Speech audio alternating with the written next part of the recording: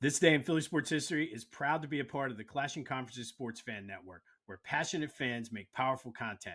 Check out theclashingconferences.com and join the squad today.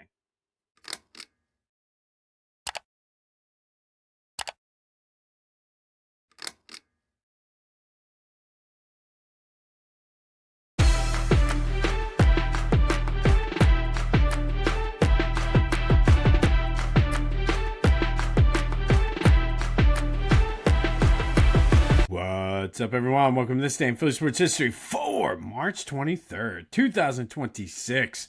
I'm your host, Jim Montgomery. Welcome to a Monday edition of the podcast.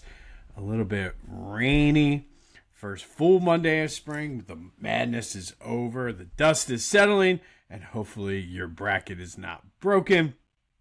It's time to rewind the weekend like we do every Monday morning.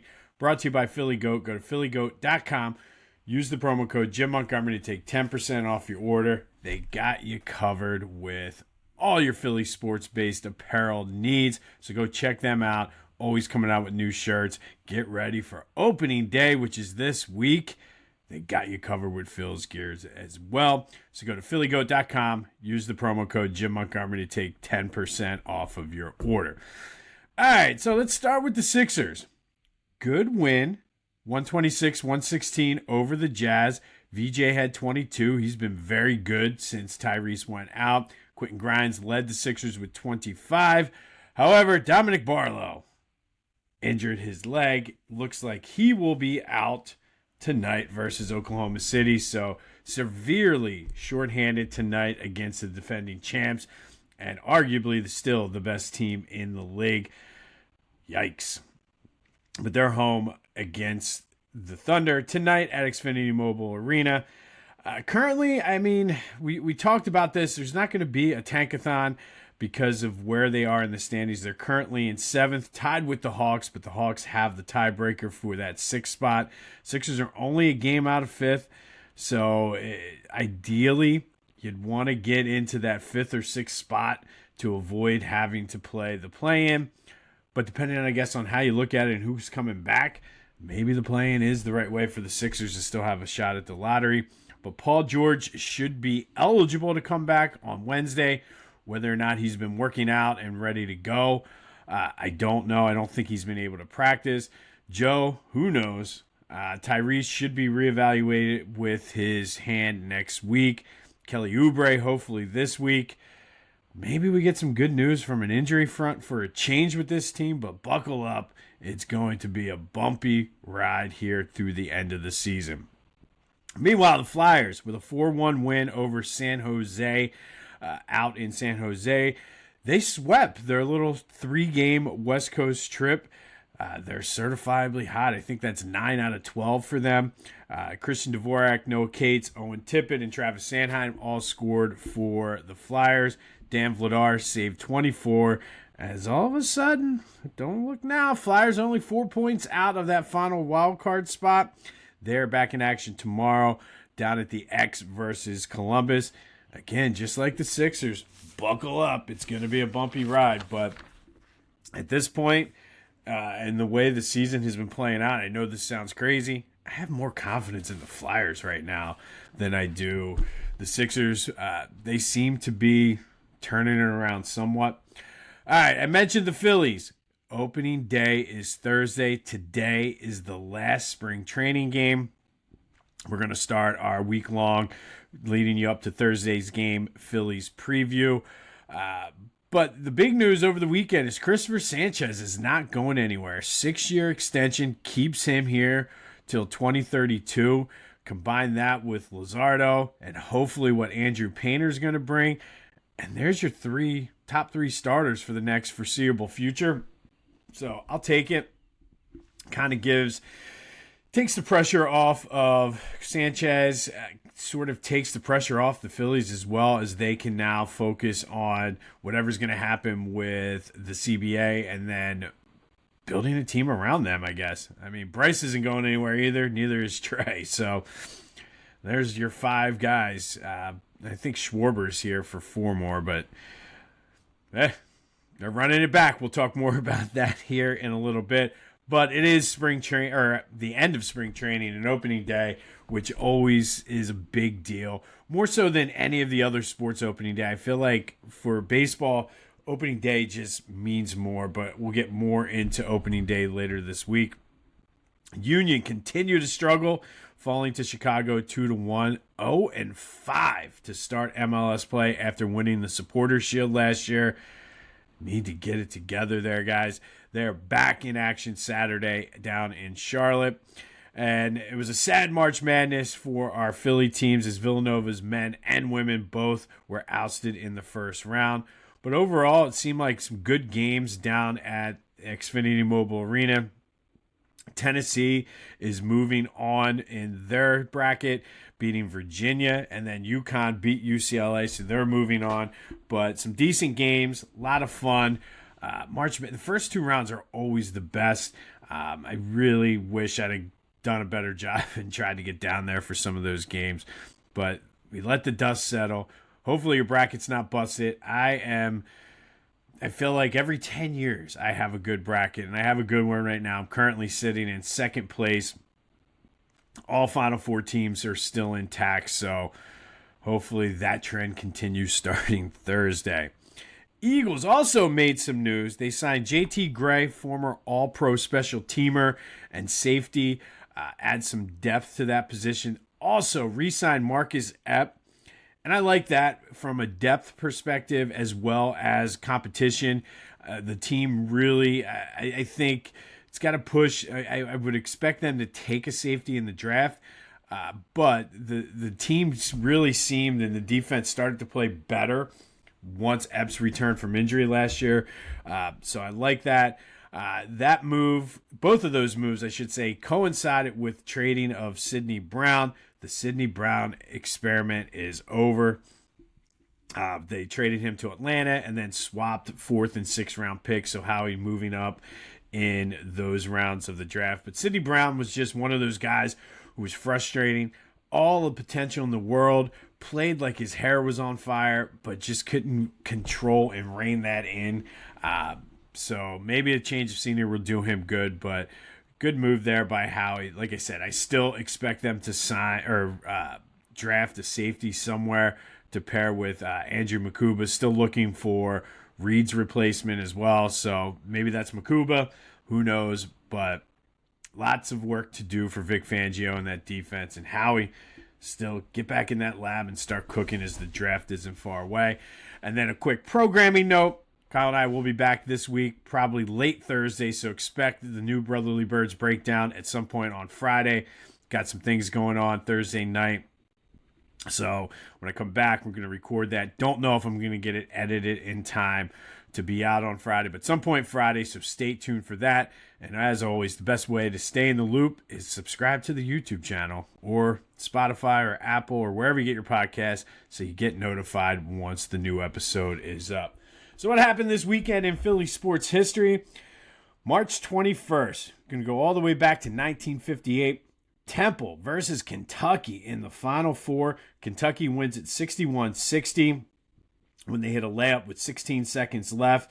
Kentucky would go on to win their 4th NCAA title, while Temple would win the 3rd place game. Guy Rogers with 22 points, and it's a disappointing end for that Temple team who went 27-3.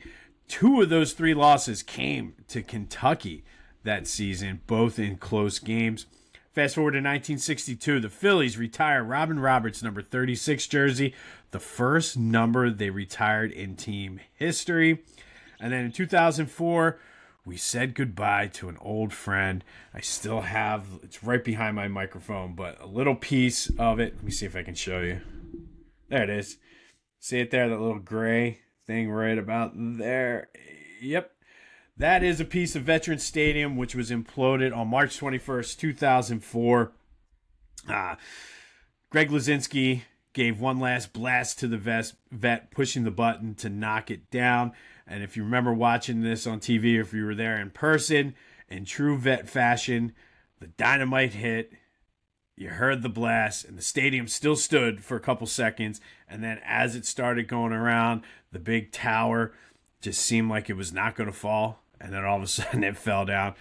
The vet hung on to the very end, but imploded on this day in 2004. Lots of great memories at the vet. So many. But maybe that's a topic for this summer once things start slowing down a little bit.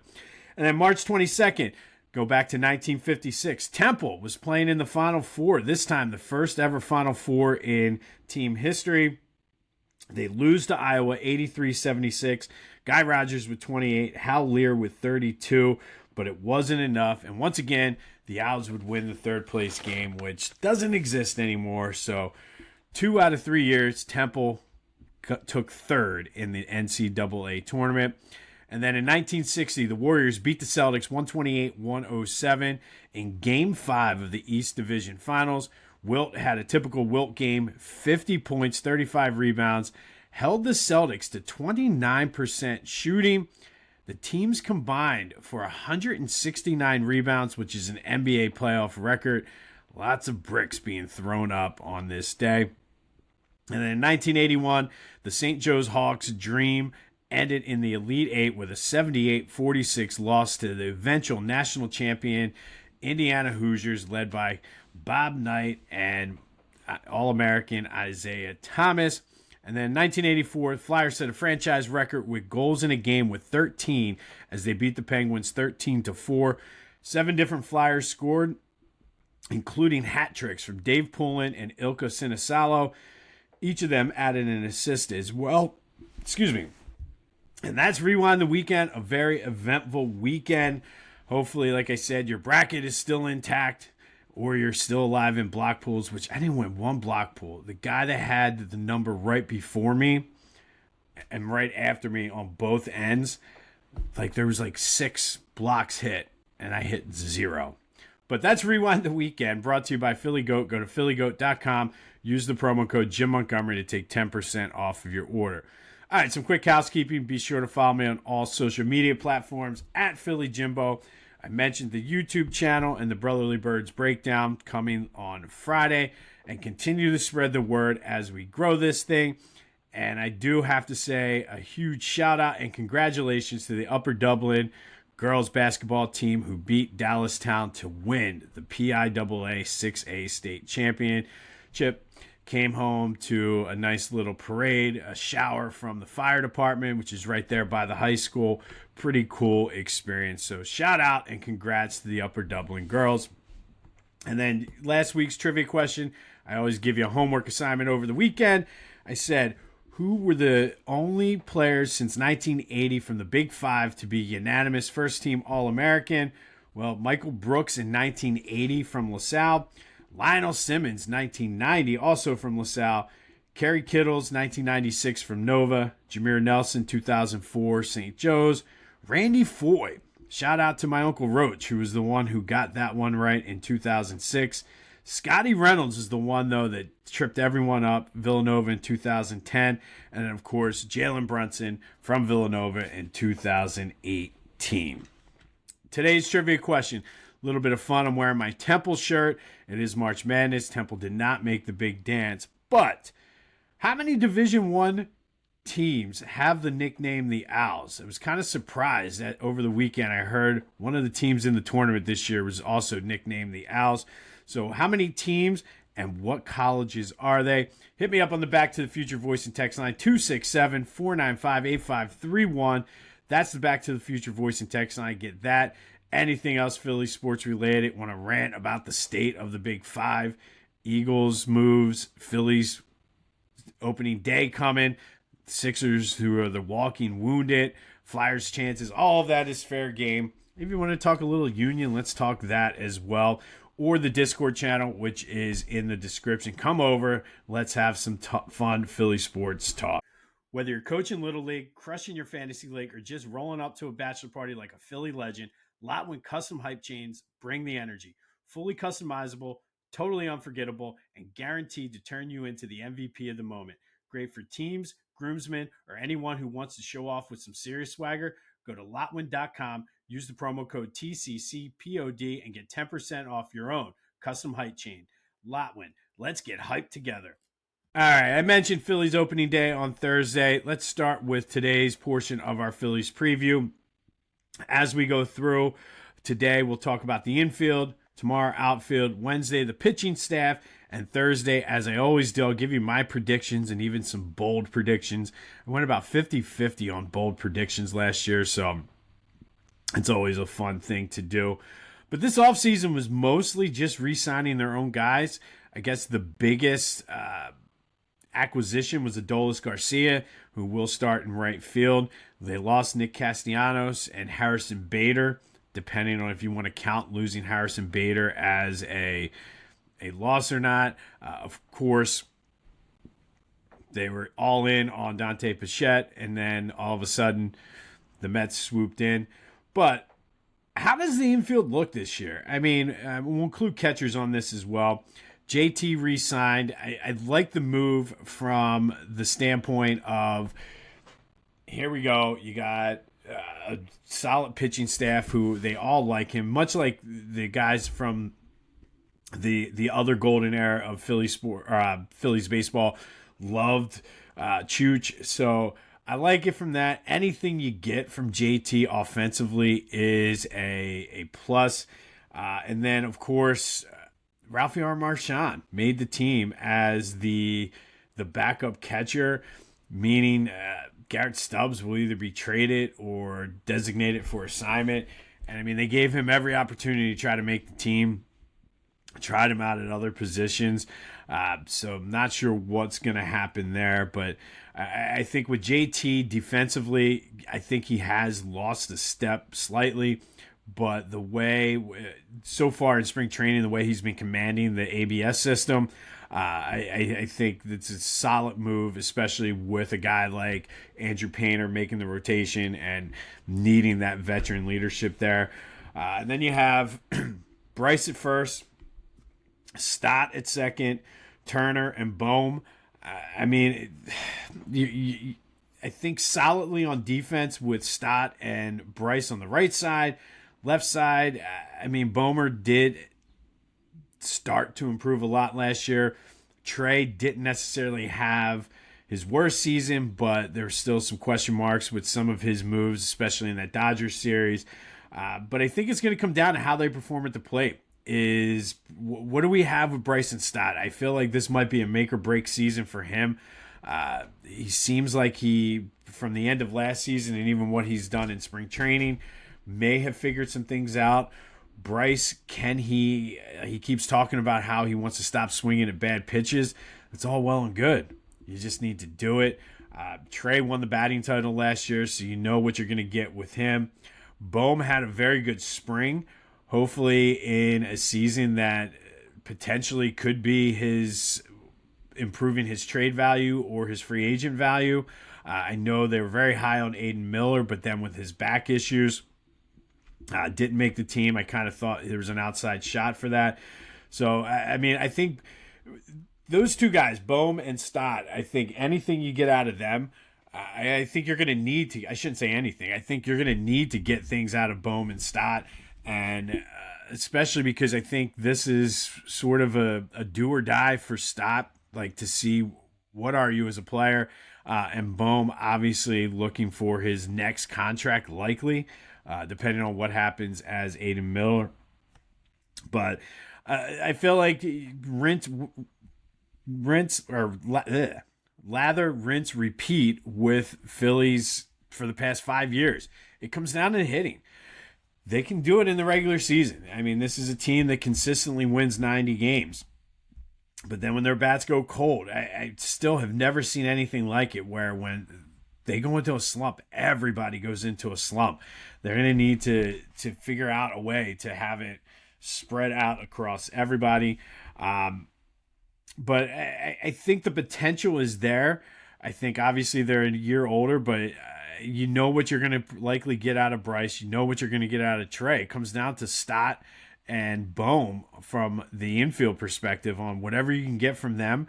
If they can come, and if Bohm can go back to like an all-star form where he's hitting doubles, maybe get pop a little bit more than 18 to 20 home runs, maybe you're all right. Stott, I need him hitting around 280. So we'll see what happens. But what are your thoughts? Like I said, there's a lot to talk about on the Back to the Future voice and text line. So we'll see what happens. And, of course, Edmundo Sosa made the team as one of the reserves. And Dylan, who they just picked up, also made the team as well. So it's not the best. I'm not going to say here, oh, we got 4 starters in the All-Star game, but it's a solid, like I said, I think everybody's down on the Phillies this year because of the lack of big moves and essentially running it back. But they got some players. I mean, I don't know. Let me know your thoughts on the Phillies infield. 267-495-8531. Maybe it's just the spring fever hitting me. I don't know. But let's go to March 23rd. And first, we're going to go back to 1974. And the Immaculata Mighty Macs beat Mississippi College 68-53 out at Kansas State to win their 3rd consecutive AIAW national championship.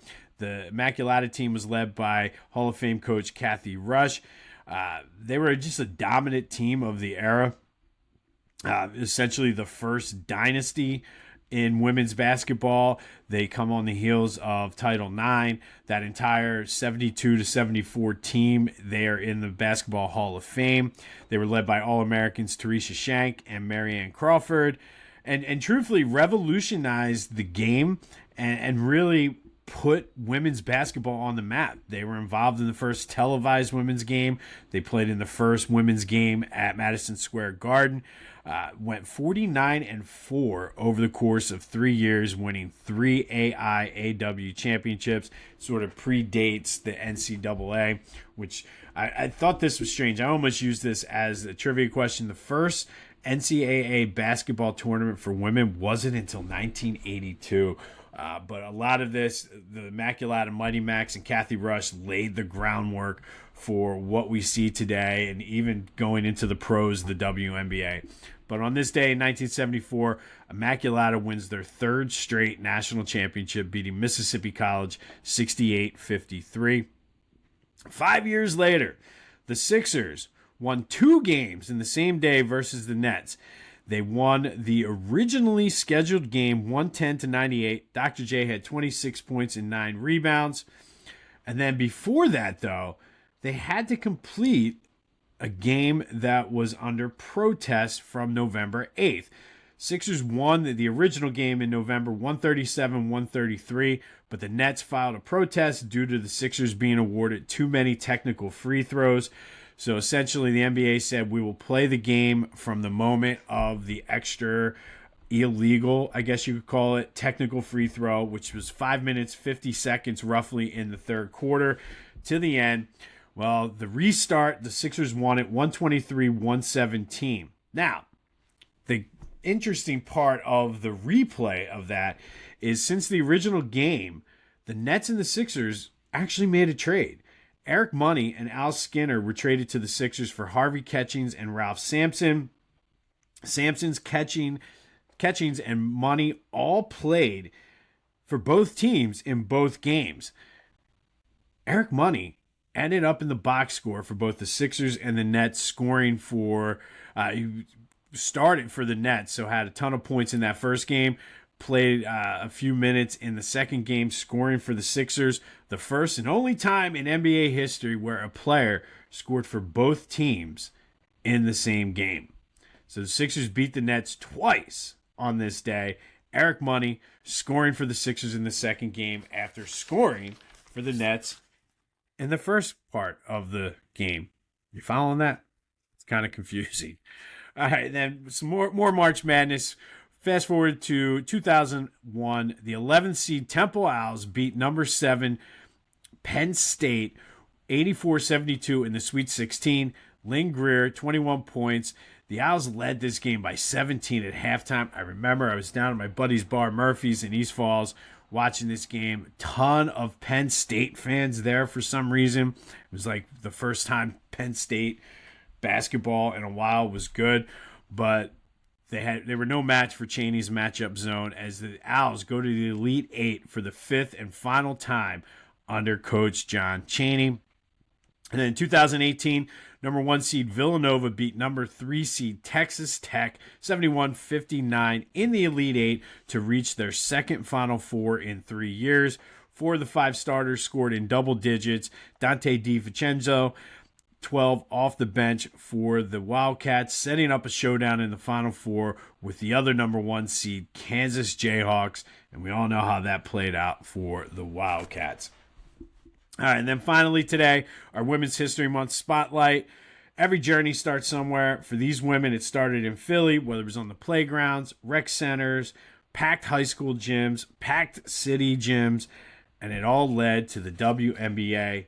Today, we're going to take a look at Kamisha Hairston, who's an Ohio native, but a Temple graduate. And for the first 3 years of her time at Temple, she was a second option under Candice Dupre, who we talked about earlier this month. But then her third year, her senior year, I should say, she broke out, averaging 18.9 points and 8.9 rebounds per game. She was a 4-year starter at Temple, won the A10 Player of the Year. She was 2-time Atlantic 10 first team, 3-time A10 defensive first team. She helped lead the Owls to 3 straight Atlantic 10 championships under Dawn Staley. She won the A10's Most Improved Award in 2005, and all of that led her to being the 12th overall pick in the 2007 WNBA draft. Had a short WNBA career, but she's in the Big Five and Temple Hall of Fame. So from Ohio to Temple to the WNBA, we celebrate the journey. And Kamisha Hairston, today we celebrate your journey from Temple to the WNBA. On this day in 2018, Villanova reaches the Final Four, beating Texas Tech 71-59. 2001, Temple goes to the Elite Eight, beating Penn State 84-72 after leading by 17 at halftime. Sixers beat the Nets twice in 1979, the originally scheduled game, and then, of course, the replay of the final quarter and a half after the Nets protested. Eric Money showed up in the box score, both teams scoring for both teams in the same game. And the Immaculata Mighty Macs won their 3rd straight national championship on this day in 1974. Be sure to let me know your thoughts on the Phillies infield. Like I said, I mean, there's a lot of if this goes well with this team, but I don't know. We've seen crazier things, and I mean, if Bomer and Stott can, the daycare can play the way they should be able to play, maybe they won't be as bad. We'll see. But don't forget the trivia question. How many Division I teams have the nickname the Owls, and what teams are they? You should know at least one.